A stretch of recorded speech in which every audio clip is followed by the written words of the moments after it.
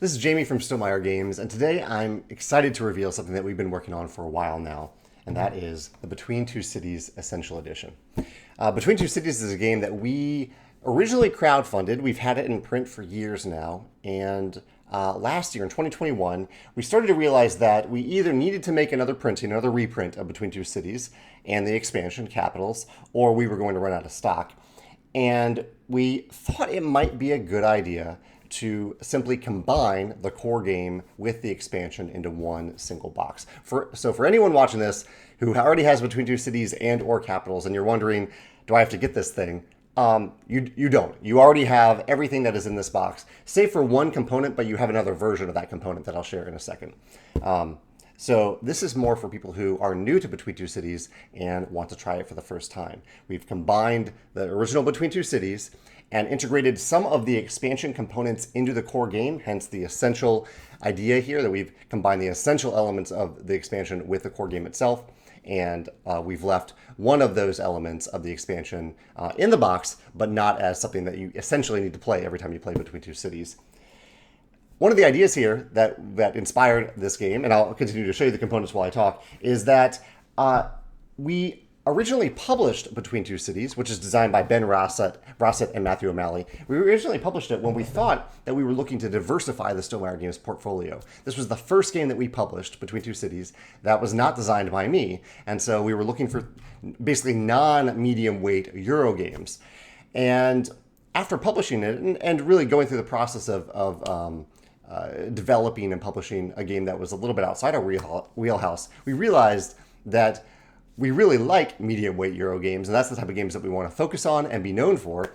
And so by bringing over some of the expansion components into this box, we beef up this game a little bit. It's a little bit meatier than the original core Between Two Cities without adding much complexity at all. And also, I think the table presence is enhanced because in the original Between Two Cities, you're basically forming these 4x4 grids on the table using tiles that look like this. So you have these tiles and you are placing them on the table with your partners. And this is the main hook of the game. I'll come back to the aesthetic in a second.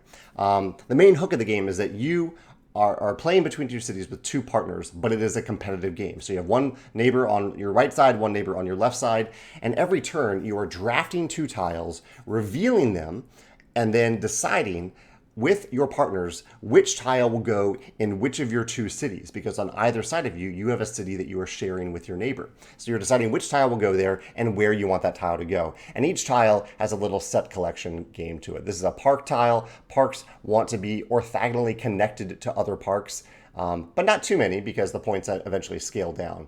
So if you only have one park, it's worth 2 points. If you have two touching parks, they're 8. If you have 12, in this example, or if you have a 3, it's worth 12 points, like in this little example here. Here's another example. This is a retail, I believe, a commerce store, or a shop. A shop is what it's called. And you just want these in either rows or columns. And the more that you have in a row or column, the better. This is the one tile that changed graphically in terms of graphic design because of something I'll show in a second. Instead of having a 4x4 grid in Between Two Cities Essential, you're going to end up with a 5x5 grid. And so we've added a shop here, but the shop numbers don't change. And so if you're playing with your original copy of Between Two Cities and Capitals, then you just can have a row of 5 and go up to 20. So I might as well explain what the additional hook is here. The big hook that we've added, and not added, but added to the base game, because this was in Capitals before, is that every time you play Between Two Cities Essential Edition, you will use the landscape mats. So you will have this beautiful landscape mat in the middle of your city. They are slightly asymmetric in terms of how they are, in terms of the art and configuration of each of these landscapes. Otherwise, they don't have any asymmetric abilities or anything like that, but they are just at a different challenge. So you can't place tiles on the art over here. You can place them here on these squares, or you can place them around the outside so that you end up with a 5x5 grid instead of a 4x4 grid. And the nice thing here, I'll go back to the aesthetics, is that in the original Between Two Cities, when you're only playing with the 4x4 grid and only playing with these tiles, you end up with a pretty gray city. The art is still beautiful, but ends up being kind of gray. And these landscape mats really make it vibrant and colorful with these city tiles all around it. So we added them to the core game. They are always part of the game now. If you play Between Two Cities, you'll always play with the landscape mats.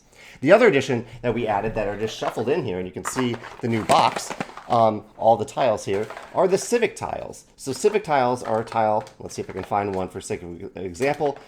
They are a type of tile that, here's one, that was originally in capitals. Now it is just part of the game. You just shuffle them in. They will always remain shuffled into the game. So Civic Tiles want to be, if I can get the focus here, this is the elementary school. This wants to be next to two different types of buildings, one of two different types of buildings, or both of them. And it doesn't want to be next to another type of building. So you don't want your elementary school next to like taverns and bars, but you do want it to be next to parks and residential areas. That's the theme here. So those are all shuffled in. We also, as with the original Between Two Cities, you have these tiles. So it's 3 drafting rounds. You have 2 drafting rounds, the first and the third drafting round with these square tiles. Then there's a middle drafting round that uses these tiles, these duplex tiles that are either horizontal or vertical. So you get a hand of 3 of these and you have to fit them into your city as well. So they're attached. So they're very good, but they add to a little bit of the spatial puzzle of the game. The 2 things that have changed a little bit, and not really changed, but there was an element of capitals that was always just a module, and now we consider it kind of an advanced module if you want to add it, and those are the districts. There's district scoring as well that give you these little puzzles based on some cards that you pair with these tiles that just add different values to different types of buildings that go in your city. That is an advanced variant now. That isn't in the core game. And the other thing that, in fact, I can't even remember now if the solo mode was in the original Between Two Cities. I think it was, but the solo mode is definitely in this version. A robust solo mode with Automa cards that look like this. The last change, and this is the one component change that is different between this version of the game, other than the art, we changed a little bit. The art on the tiles is different than the original art, slightly different. But the other thing that we changed is instead of having a big scoreboard that you use at the end of the game, we're just asking players to keep score or to note their score on this big score pad. It is a big oversized score pad because we want players to write their score really big here, because at the end of the game of Between Two Cities, you are going to score your lower scoring city. This encourages you to have 2 balanced cities. So if you have a city that scores 58 points and another city that scores 65 points, your city, the city that scores for you, will be the 58-point city. And so that's why you'll write down this number really big here, so all players at the table can see which score is associated with the city. When you're actually doing the scoring, you'll only score like the city on your right. Every player will score that one and put this big notepad or put this piece of paper next to it to show the score for that city. So this replaces the scoreboard in the original Between Two Cities. Otherwise, there are no component differences. So yeah, that is Between Two Cities Essential Edition. You can tell the cover is different as well. This is from artist Asi Hikala.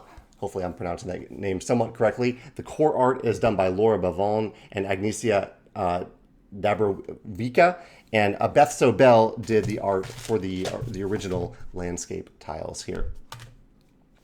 Yeah, that's Between Two Cities Essential Edition. I'm excited to bring this to you. It is if you're watching this video, it should be available right now on our web store, and it'll be available from retailers as well in the near future. Let me know if you have any questions below. There's also a link to more information on our website. Thanks.